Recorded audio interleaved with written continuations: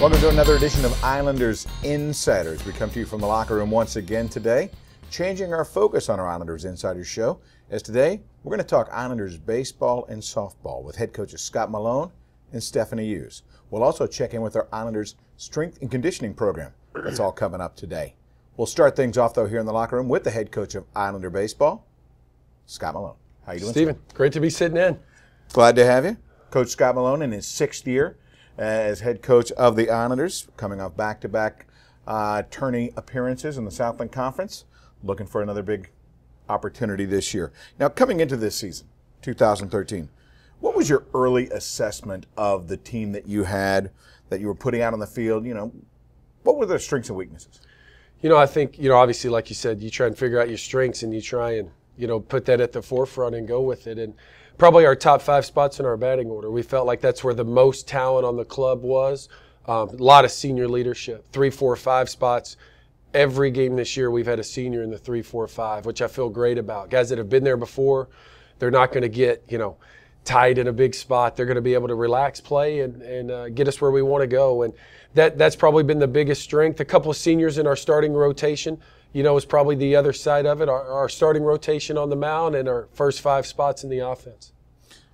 But from that point to now, from the very beginning of the season to this point here, have they lived up to your expectations? Has it achieved what you've been hoping to achieve? Sure. The hitters, for sure. Obviously the one thing that get out of jail free card, good pitching is going to beat good hitting. When you really get a guy who goes out on the mound with his A game, he's going to be tough to beat. Whether you're playing Texas State, Harvard, or Oklahoma, or anywhere in between. When a guy's got his A game on the mound, it's going to be tough to overcome. So, again, looking at those 5 guys in our offense, as we get into now 9 weeks of conference play, we should be as good as anybody in the Southland Conference. And I think that says a lot about this club and how, Coach Narvaez has put it together, how we're built. If we're going to be successful, finish in one of the top 2 or 3 spots, compete for a championship, those 5 guys at the top of the lineup are going to take us where we want to go.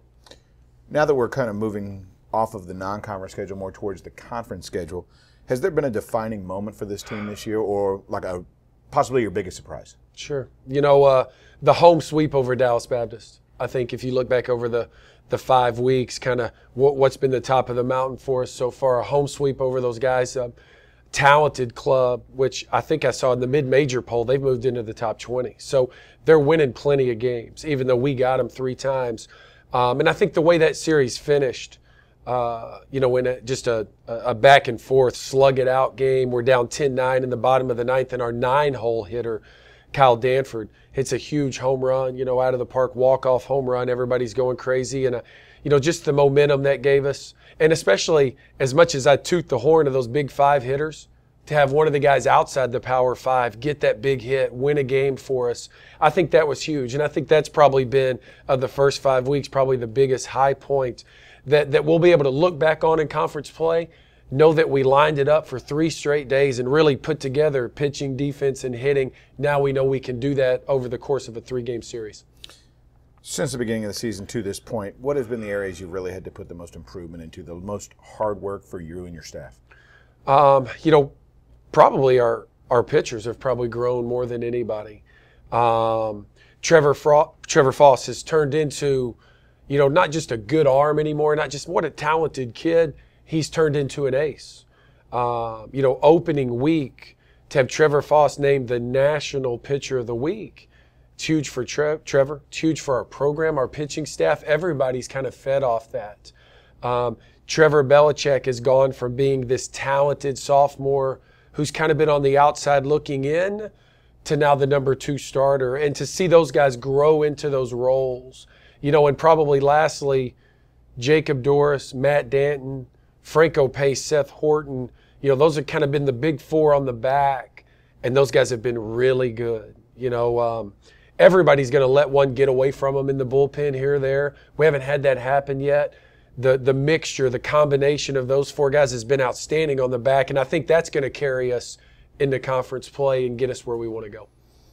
Scheduling to this point, the non-conference schedule, how do you feel or about the way your team has responded to, the challenges of a difficult slate of games?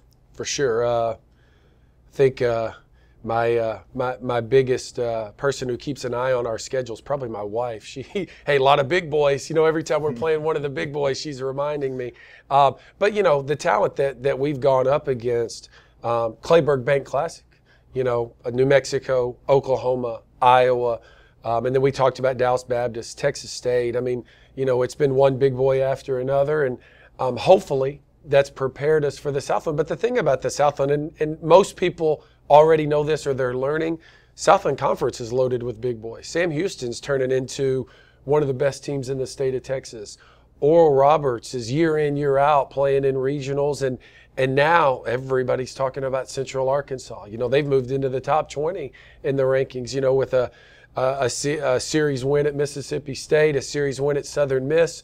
So all of a sudden, you look around the Southland Conference, and I haven't even talked about Southeast Louisiana. The league's loaded. You haven't even mentioned Lamar. And Lamar, who's 17-2, 18-2. So it's going to be another dynamic year in the Southland. But again, I feel great about our schedule. We've prepared for it. We're ready for it. It's going to be a fun 9 weeks and a great finish to the season. You're mixing into your conference schedule.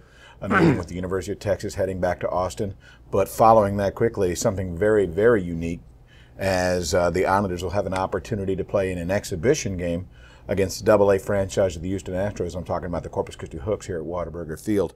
What an unbelievable opportunity that is. And what's interesting is I was talking with Coach Chris Ramirez, your assistant head coach, and got his thoughts, and I mentioned the word exhibition, and he goes, King, it's not an exhibition game. Yeah. And I go, okay, that's an interesting way of looking at it. Easily the most exciting, maybe the most looked at, the most viewed 48 hours in this program's history. And you can look at that a bunch of different ways. One, people in the seats. The attendance in 2 nights is going to push 10,000 people. The number of people that are going to watch our program play at Dish Falk Field in Austin, at Whataburger Field, right here in Corpus in our backyard. It's a chance to have our program put on a stage that's going to be seen by so many people. It's going to be great for, the 35 guys in our program to get on the field and just play in front of those people and represent, not only Islander baseball, the athletic department, the Island University in general. Is going to be viewed by so many people that night, and especially, the Wednesday night game right here in Corpus. There's going to be 5, 6, maybe 7,000 people from right here in the Coastal Bend, and obviously they're coming to see the Hooks and get excited about another great year of Hooks baseball. But to have the Islanders right there with them in that niche of what are these college guys going to do playing against some big-time minor leaguers, it's going to be a really great night, and again, a feather in the cap for this program and what we've been able to do in 6 years. Well, we're really looking forward to it. Again, Southland Conference play gets underway soon. And, of course, the big matchups, Texas, the Corpus Christi Hooks, that's all right around the corner. Coach Scott Malone joining us. Coach, I appreciate it. Thanks, Stephen. Stay with us. When we come back, we're going to be talking some strength and conditioning, what it takes to make all of the athletes here at the Island University ready and prepared for their seasons. Stay with us. More to come. Islander Insider continues. What's Massage Envy Spa? For me, it's healthy, it's affordable. He always wants pain relief. Right. And I want a healthier complexion. And now we can get a customized massage or a healthy skin facial. At a really good price. At a great price. And nothing feels better than that. Customized massages and healthy skin facials, all at the perfect price. Start a healthy routine today with Massage Envy Spa. Go, you'll see.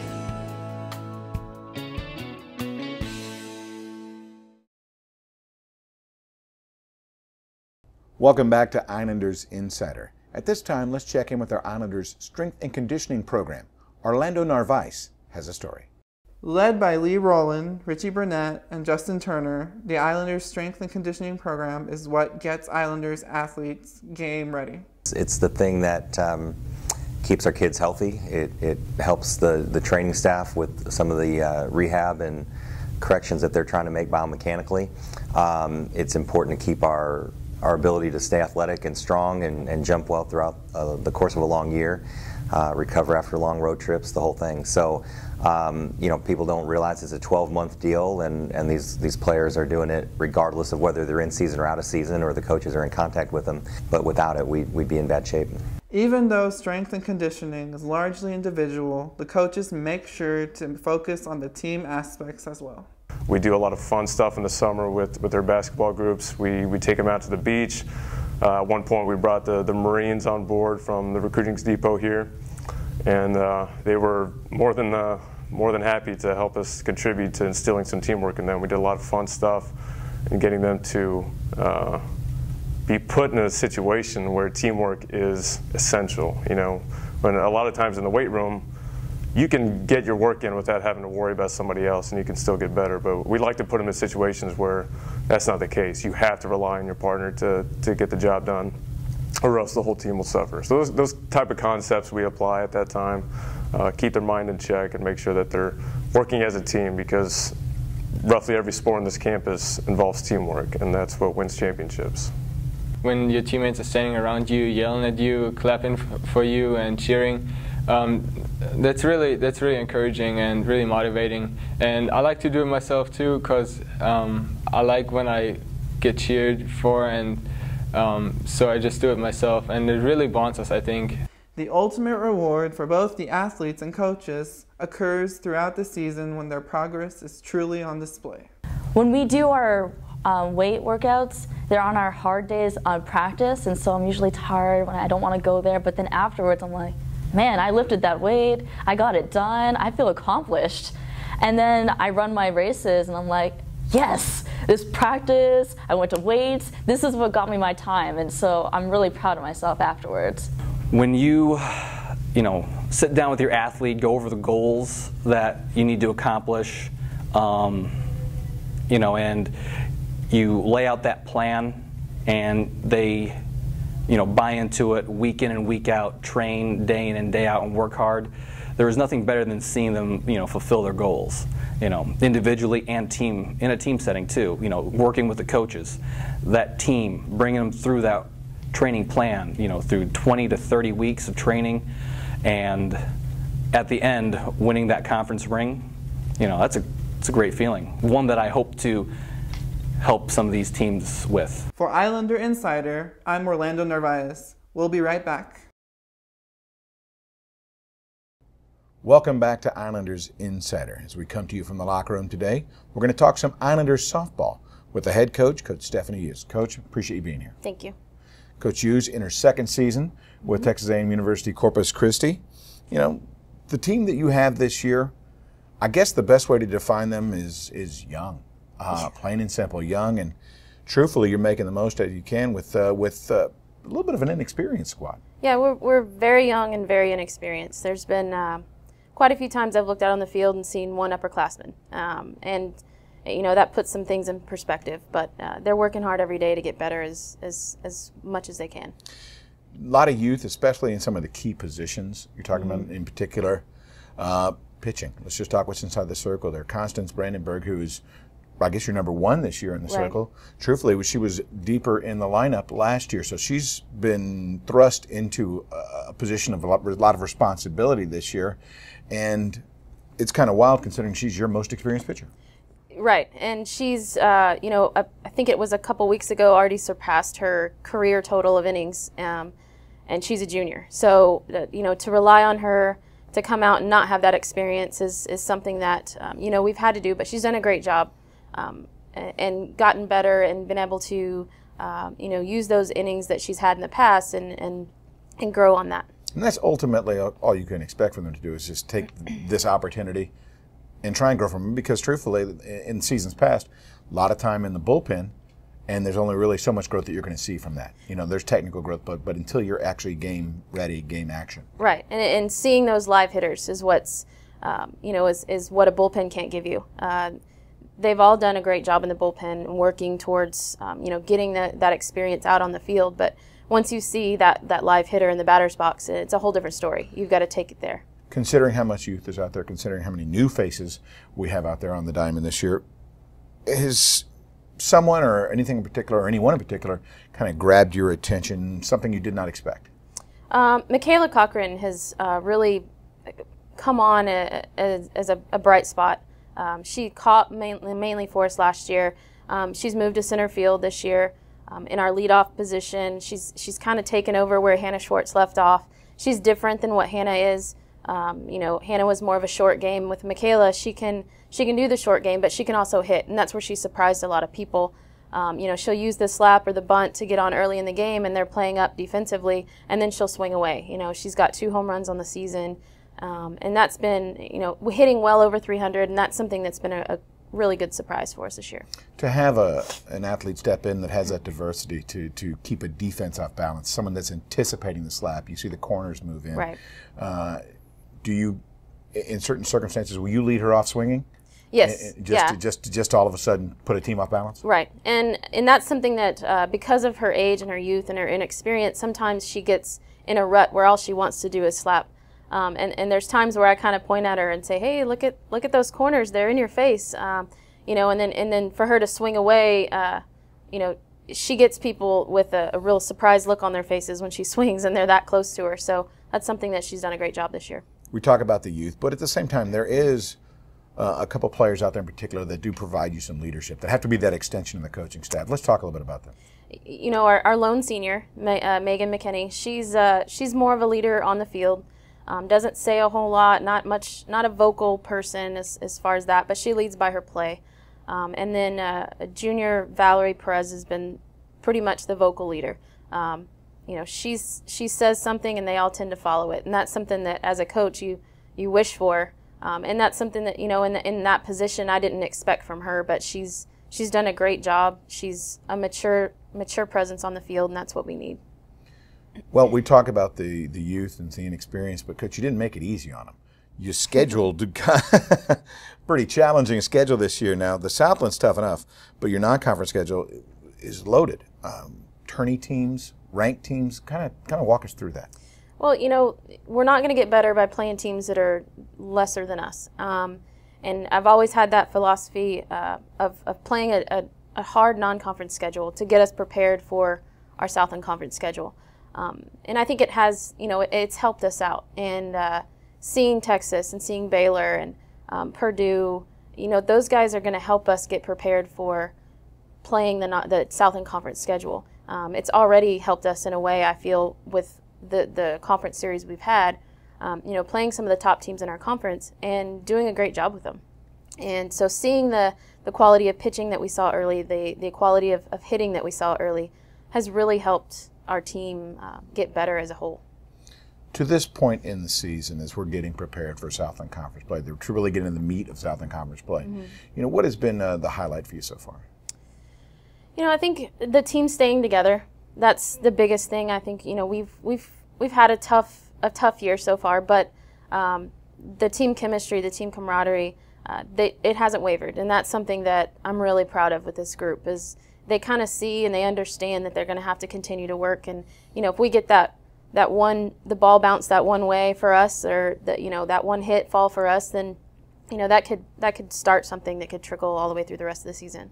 Well, I'll tell you one thing also, in your Marina Grand hotel tournament you had here on the Island University campus, the win over Kansas, the win over New Mexico, those were huge as well, and they were gigantic, uplifting moments for the team. Right, and the team is so young. I don't know if they really realize how big of wins those were.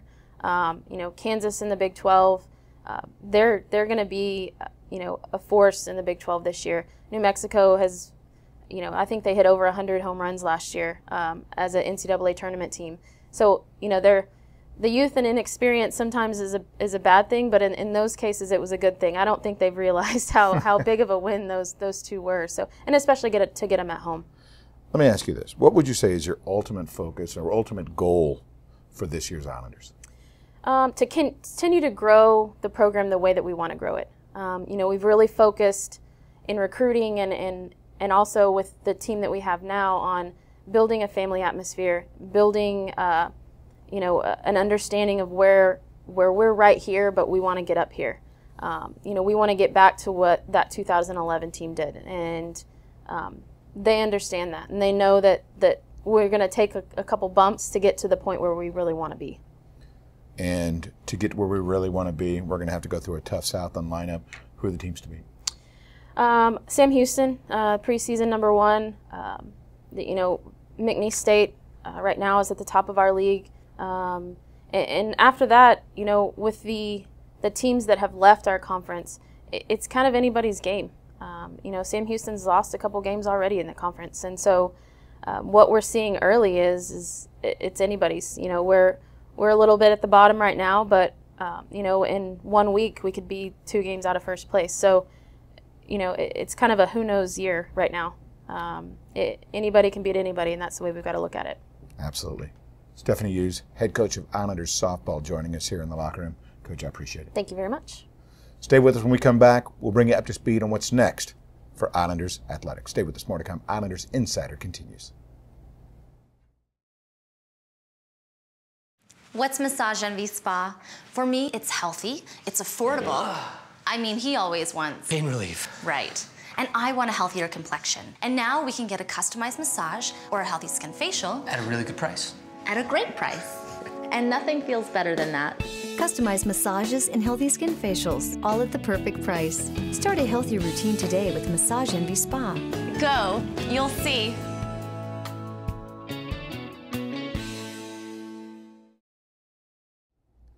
Welcome back to Islanders Insiders. We wrap things up today here from the locker room. Let's look ahead on what's next for Islanders athletics. Well, we met with head coach Scott Malone earlier, and yes, it is another big week for Islanders baseball. Islanders will host Houston Baptist University on Wednesday, March 27th at Chapman Field. That time, 6 p.m. Then a 3-game series versus Oral Roberts University as that gets underway Thursday, the 28th, 29th, and 30th at Chapman Field with a 6 o'clock start time on Thursday and Friday, noon on Saturday. Then the team heads out on the road to take on the University of Texas on Tuesday, April 2nd. That'll be at Disch Falk Field in Austin, 7 o'clock start time. And then the big exhibition game at Whataburger Field as the Islanders take on the Corpus Christi Hooks. Start time, first pitch, 7:05. Islanders softball will have a 3-game series on the road at Southeastern Louisiana. The doubleheader on Friday, March 29th, starts at 4 o'clock, with the final game Saturday at 12 noon.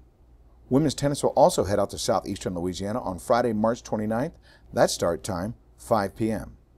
Men's tennis will have a neutral site Southland Conference matchup against Oral Roberts on Sunday, March 31st at 2 p.m. Islanders track and field will head out to the Texas Relays on March 28th through the 30th. It's an all-day event that Thursday, Friday, and Saturday. And Islanders women's golf will head out to the Houston Baptist University Husky Invitational. The first 2 rounds will be on Monday, April 1st, and round 3 on Tuesday, April 2nd. You can follow your Islanders and all of their scheduling on www.goislanders.com. Also, check them out on Facebook and Twitter.